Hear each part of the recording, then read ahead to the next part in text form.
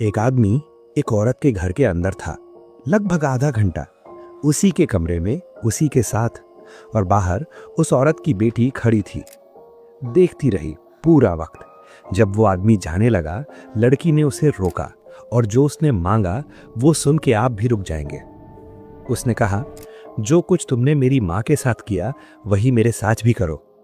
वो आदमी शौक में आ गया, बार बार मना किया, लेकिन लड़की नहीं मानी। और तब उस औरत ने खुद, यानी उस लड़की की अपनी माँ ने उसी आदमी से कहा, जैसे मेरी बेटी कह रही है वैसे कर। एक माँ अपनी बेटी के लिए ये बोल रही थी। क्यों? इस सवाल का जवाब जब सामने आया तो पुलिस के पांव तले से भी जमीन खिसक गई, क्योंकि ये सिर्फ एक अफेयर की कहानी नहीं थी, ये एक प्री मेडिटेटेड कत्ल की कहानी थी, एक साजिश की, और एक लाश की जो जमीन के नीचे दफन थी, ऊपर से ताजी ईंटें बिछाई गई थी। ये इंसिडेंट है बिहार के भागलपुर के बद्दरमासी गांव का, और आज मैं आपको इस पूरी कहानी के अंदर लेके जाऊंगा, शुरुआत से आखिर तक, हर एक डिटेल के साथ। पहले हम जानते हैं उस परिवार को जो इस कहानी के केंद्र में है। केलवा दास यादव, घर का मुखिया, एक मेहनती आदमी जिसने अपनी जिंदगी में जो भी कुछ था उसी से अपने घर चलाया। उनके घर पे एक छोटा सा होटल था, गांव के लोगों के लिए रोटी दाल का इंतजाम, साथ ही एक कन्फेक्शनरी शॉप भी थी। मतलब रोज सुबह से रात तक लोगों का आना जाना लगा रहता था। केलवा दास के लिए ये सब कुछ था, उसकी मेहनत, उसकी पहचान, उसका घर। सरिता यादव, केलवा की बीवी, घर में काम करती थी, होटल में, दुकान में। ऊपर से देखने में सब कुछ ठीक ठाक लगता था। जूली यादव, उनकी बेटी, जवान, घर के काम में हाथ बटाती थी, आंखें खुली रखने वाली लड़की जो अपने घर में क्या चल रहा है इसका उसे पूरा अंदाजा था। दयानंद यादव, बड़ा बेटा, राजभवन में एक वर्कर के तौर पे काम करता था। घर से दूर राजवन में रहता था, अपनी अलग फैमिली के साथ। घर आना जाना होता था पर डेली नहीं। और एक छोटा बेटा भी था जिसका नाम इस पूरे केस में कभी भी रिवील नहीं किया गया, जो अपने घर की चार दीवारियों में रहता था, इन सब बातों से काफी दूर। ये था वो परिवार, एक आम सा छोटा सा बिहार के एक छोटे गांव में जीता हुआ परिवार। लेकिन इस घर के दरवाजे के अंदर कुछ ऐसा चल रहा था जो बहुत जल्द एक तूफान की शक्ल लेने वाला था। केलवा दास का होटल एक ऐसी जगह थी जहां लोगों का आना जाना आम बात थी। कोई खाना खाने आता, कोई कन्फेक्शनरी में कुछ लेने आता, तो एक नया चेहरा ज्यादा अटेंशन नहीं खींचता था। दिनेश कुमार, पहले तो वो बस एक और कस्टमर था। होटल पे आता, कुछ खाता, चला जाता। गांव के लोगों को कोई शक नहीं था, कोई रीजन भी नहीं था शक करने का। दिनेश का आना एक रूटीन बन गया था, और रूटीन जो भी हो, लोग उसे नॉर्मल मानने लगते हैं। पर ये नॉर्मल नहीं था। थोड़ी देर बाद, वाकई बहुत थोड़ी देर बाद, दिनेश ने सरिता से अपने दिल की बात कही, सीधा, बिना किसी लाग लपेट के। उसने कहा कि वो सरिता को पसंद करता है, कि वो खुद को रोक नहीं पाता, कि वो चाहता है कि दोनों साथ वक्त बिताएं। सरिता ने इनकार किया, बहुत क्लियरली। उसने कहा, मैं शादीशुदा हूं, मेरा पति है, बच्चे हैं, ये सब कुछ कभी नहीं हो सकता। तुम्हारे दिमाग में जो है वो सोच भी मत। लेकिन दिनेश रुका नहीं। वो आता रहा, बार बार, हर बार उसी तरह। और एक वक्त आया जब सरिता का इनकार धीरे धीरे कमजोर पड़ने लगा। गांव के लोगों को लगता रहा कि दिनेश सिर्फ खाने के लिए आता है, पर तब तक कुछ और ही चल चुका था। सरिता ने भी इस बात को अपने पति केलवा दास से छुपाया। शायद डरती थी, शायद उसने भी इसे रोकने की कोशिश नहीं की जितनी करनी चाहिए थी।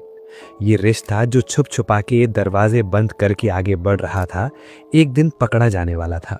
सिर्फ ये सवाल था कि कौन देखेगा पहले। वो दिन आया, और जिसने देखा वो कोई और नहीं बल्कि जूली थी। सरिता और दिनेश एक कमरे में थे, लगभग आधा घंटा। दरवाजा बंद था। जूली बाहर खड़ी थी, देखती रही पूरा वक्त। जब दिनेश बाहर आने लगा, वो जाने की तैयारी में था, जूली ने उसे रोका, और जो उसने कहा वो एक गहरी खामोशी ले आया। जूली ने दिनेश से कहा कि जो कुछ उसने उसकी मां के साथ किया वही उसके साथ भी करे। दिनेश स्टन हो गया। वो बार बार इनकार करता रहा। सरिता भी वहीं थी, वो भी नहीं चाहती थी ये सब। दोनों ने मना किया, लेकिन जूली रुकी नहीं, और फिर उसने वो हथियार उठाया जो सबसे खतरनाक होता है, ब्लैकमेल। अगर नहीं करोगे तो मैं पापा को सब बता दूंगी, सब कुछ जो तुम्हारे और मां के बीच में चल रहा है, सब। ये सुन के सरिता का खून ठंडा हो गया, क्योंकि वो जानती थी अगर केलुआ दास को पता चला तो सब कुछ खत्म हो जाएगा, घर, इज्जत, सब। ये एक ट्विस्टेड, डिस्टर्बिंग मोमेंट था।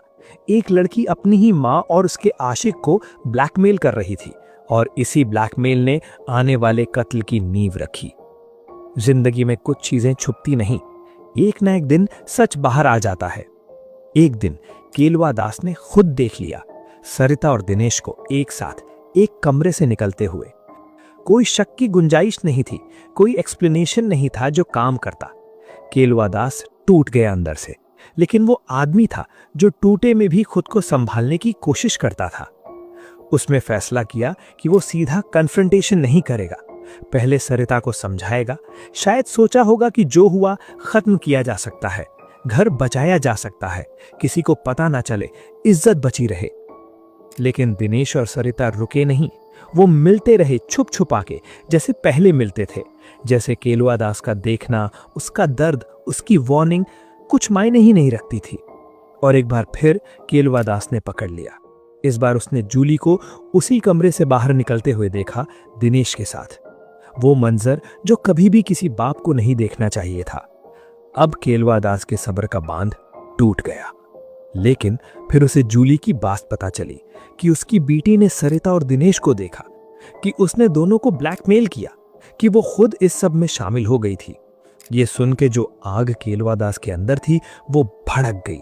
वो चिल्लाया, वो टूटा, वो मारा, और उसने कह दिया, मैं तुम दोनों को इस घर से निकालता हूं, हमेशा के लिए।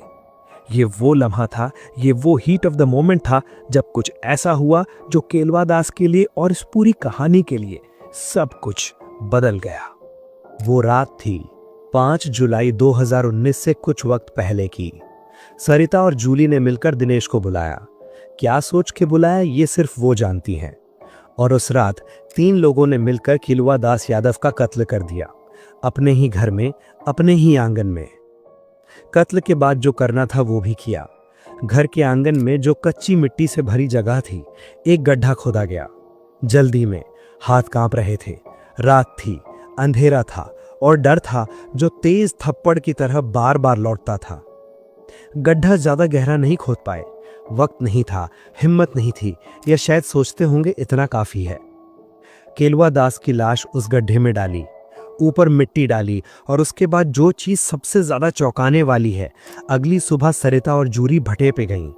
वहां से नई ईंटें लाईं और अपने आंगन में वो ईंटें बिछा दीं। जैसे कुछ हुआ ही नहीं, जैसे रात खत्म हो गई और नया दिन ले आया एक नई साफ जिंदगी। 5 जुलाई 2019। डायनन यादव अपने काम में था, राजबान में, अपनी जगह पे, जब उसने घर पे कॉल किया। एक आम सा कॉल, बस बात करनी थी। उसने अपनी माँ से कहा कि वो पापा से बात करना चाहता है। सरिता ने कहा घर पर नहीं है, कहाँ गए हैं पता नहीं। दयानंद को थोड़ा अजीब लगा, लेकिन उसने सोचा एक्सेप्शन होगा, हो सकता है किसी काम से गए हो। उसने कॉल काट दिया और काम पे वापस आ गया। लेकिन अगली सुबह उनके चाचा की बेटी का कॉल आया। भैया चाचा नहीं मिल रहे, कल से घर नहीं आए, कोई नहीं जानता कहाँ है। अब दयानंद के पांव तले जमीन खिसक गई। उसने घर पे फिर कॉल किया, वही जवाब, कोई नहीं जानता। दयानंद ने जो किया वो एक बेटे की तरह किया। पड़ोसियों से पूछा, रिश्तेदारों को कॉल किया, हर वो जगह चेक की जहां केलुआ दास जा सकता था। कोई रिश्तेदार, कोई दोस्त, कोई पहचान, कुछ नहीं मिला। 5 दिन निकल गए, 5 दिन, और केलुआ दास, एक जिंदा दिल आदमी जो कभी बिना बताए घर नहीं छोड़ता था, बिल्कुल गायब हो गया था। थक हार के दयालन ने एक डिसीजन लिया। वो सीधा सुनहला पुलिस स्टेशन पहुंचा मिसिंग पर्सन कंप्लेंट फाइल करने। वो ये नहीं जानता था कि जब वो केस लिखवा रहा था, गांव में एक तूफान आ चुका था। गांव में खबर फैलती है जैसे आग में हवा लगती है। सब लोग केलुआ दास के बारे में बात कर रहे थे। कहाँ गए होंगे, क्या हुआ होगा, कोई एक्सीडेंट तो नहीं, कोई झगड़ा तो नहीं। और तब एक पड़ोसी ने कुछ नोटिस किया। केलुआ दास के घर के आंगन से एक स्मेल आ रही थी, धीमी, लेकिन वो चीज जो इंसान को पता दे देती है कि कुछ ठीक नहीं है। वो स्मेल जो आती है जब कुछ बुरा हुआ होता है। पड़ोसी रुका, उसने सूंघा, फिर दोबारा सूंघा। उसकी नजर गई उन नई ईंटों पे जो आंगन में ताजी बिछाई गई थी। एकदम नई, जैसे किसी ने अभी अभी बिछाई हो। ये ईंटें यहाँ पहले नहीं थी। पुलिस को बुलाया गया, पुलिस आई, और जब पुलिस ने वो जगह देखी, नई ईंटें, स्मेल, सब कुछ, उन्हें और ज्यादा वक्त नहीं लगा। मजदूरों को बुलाया गया, खुदाई शुरू हुई। थोड़ी ही देर में मिट्टी के नीचे एक लाश मिली, केलुआ दास यादव की लाश। अपने ही आंगन में, अपने ही घर में, अपने ही लोगों ने छोड़ दिया था उसे वहां। जब गांव वालों को पता चला, वो पागल हो गए। भीड़ ने बिना कुछ सोचे सरिता और जूली पे हाथ उठाया, क्योंकि वो जानते थे घर पे अगर वो थीं तो स्मेल क्यों नहीं आई उन्हें। वो सीधी पुलिस स्टेशन क्यों चली गईं, घर देखे बिना। पुलिस ने दोनों को इमीडिएटली उठा लिया और स्टेशन ले आई। वहां पहले खामोशी रही, दोनों का मुंह बंद था, लेकिन पुलिस की पूछताछ धीरे धीरे स्ट्रिक्ट हुई और फिर सरिता ने बोलना शुरू किया। एक एक लफ्ज, एक एक हकीकत, जैसे कोई दम रोक के रखी आवाज धार बन के बह निकली। उसने बताया सब कुछ, दिनेश के बारे में, जूली के बारे में, ब्लैकमेल के बारे में, केलुआ दास के गुस्से के बारे में और उस रात के बारे में। पुलिस वालों के पांव तले से जमीन खिसक गई। 3 लोग, एक माँ, उसकी बेटी और एक आशिक, मिलके एक शौहर, एक बाप का कत्ल, और फिर ईंटें बिछा के जिंदगी आगे ले जाने की कोशिश। सरिता यादव, जूली यादव और दिनेश कुमार, तीनों को अरेस्ट किया गया।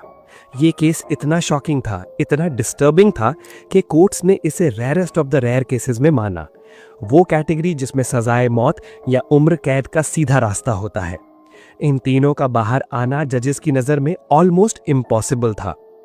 दयानंद, जो बेटे की जरूरत से अपने पापा को ढूंढ रहा था, आखिर में उसे वो मिला जो कोई बेटा कभी नहीं चाहता, अपने पिता की लाश अपने ही घर के आंगन में। और छोटा बेटा जो इस सबसे बखबर था, एक रात में यतीम हो गया 2 तरफ से। एक बाप गया, एक माँ पीछे चली गई।